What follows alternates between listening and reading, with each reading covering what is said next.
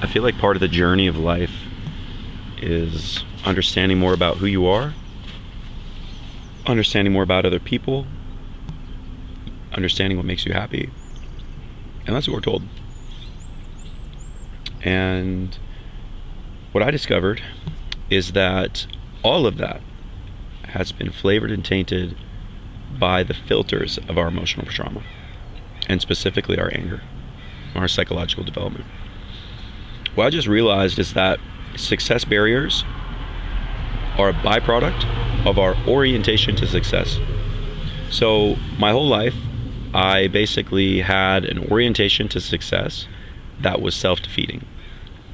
And self-defeating tendencies seem to kind of work like a circle, where you think you're going to get somewhere and then you just end up right where you were.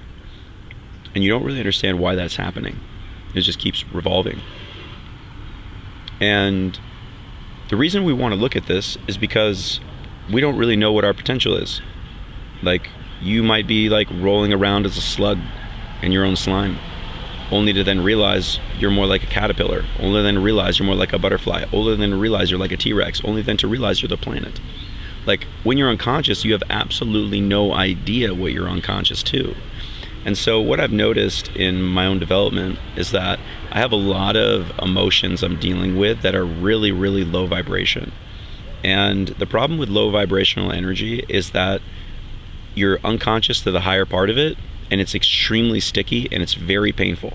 So when you're in low vibrational energy, it's kind of like being stuck in something you don't know you're stuck in, and it self rationalizes. So it's like, if someone slaps you in the face and you kill them, you're going to have a rationalization of why you did that. Now, that response is going to be different from someone else's response who walked away. And they're going to have a different philosophy around that. They're also going to have a different emotional makeup around that. That makeup and that philosophy are two different things, right? Like, you can have someone who was deeply abused and feels very threatened by someone who slaps them in public or around people, and you can have someone else who wasn't, who then has a philosophy, no, you need to kill if someone does that to you, and then they kill, you see. So you can have different things happening in this respect. And clearly, I believe the philosophy and the intention would be to heal to the point where you don't have the response to kill, and also to have the philosophy that even if you have the emotions to do that, that you walk away, because that's what's important. Too often do you hear, okay, so and CL is channeling right now. So the things that we're talking about through CL is kind of like a mixture of CL's psychology and his experiences, as well as us. And we're kind of playing with both of those things, both with him and for the listener. So when we talk about me, it's meaning CL and the essence of the channel as well. So CL went through a period of time where he wanted to challenge himself, and he wanted to look for essentially, he wanted to look for things that basically were really, really, really challenging to look at, really painful to look at. And some of those things were stories about violence that people had done to one another, things that people don't really want to think about. And he got this idea through Jed McKenna. And Jed McKenna talked about, reading a article where, a parent would stab their baby, or throw their baby against the wall and kill it. This kind of thing. And because CL was trying to have a deeper understanding of what the human condition was, and to see the truth of it. Like, how is it possible people are able to do this? What's the difference between someone who's doing that and someone who's doing something else? A primate that kills its own child probably has something wrong, something going on with it.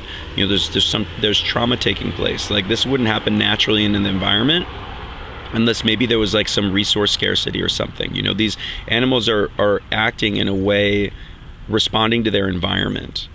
There was or some toxicity in the environment that they're reacting to, or a predator for some reason. Mammals have biological responses to things, probably some we don't even know about, because they haven't put the pressure hasn't been put on them, and they've evolved with this little switch within them. We don't know, because it's behavioral. That's built into the genetic code in some way, or instinctual. And these types of things overlap. But when you start to look at yourself, you'll kind of start to perceive yourself a little bit more like you're in control of an avatar. And your avatar is your psychology, your mind, your emotions, your thoughts, your feelings, the story you have about yourself, and your emotional makeup, all this stuff. And you're in control of yourself. So it seems. Still came across information to suggest that there was no free will. And then you heard Bentenyo Massaro talk about, well, there is free will, there is no free will. Like, it kind of shimmers between the two. And because there's no self, quote unquote, that the self doesn't exist. Like, the person that you think you believe you are is actually a figment of your imagination. Then it comes down to who exactly are you, fundamentally speaking. And that's what the spiritual journey is about. And so what you'll find, and Ciel has not discovered this yet, but what you'll find is that there's a very specific focal point into the consciousness that is creating a tremendous amount of suffering through the belief in past and present and future, where it's like our mind is making associations from the past and the future and linking all these things together to make up an identity and to make up outcomes and beliefs and ideas about what we want. And then we have emotions around all this stuff and beliefs. And what you'll see is that there's a tremendous amount of psychological work that we can do that is contextually relevant.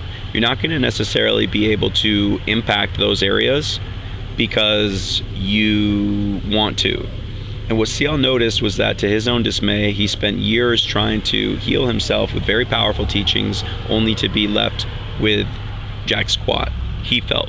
And so that's why he's like, focus on anger, because he realized that there are certain things you just can't do. It's very difficult to do. And the element that you can do is really, you want to get yourself to like the best positive emotional state that you can get yourself in, and have different philosophies of how to do that. And we'll probably talk more through Ciel about what we kind of feel is a good approach to this.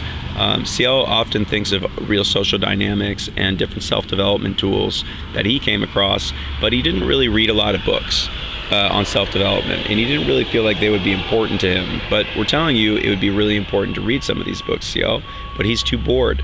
He's too tired of reading. He doesn't want to read a fucking thing.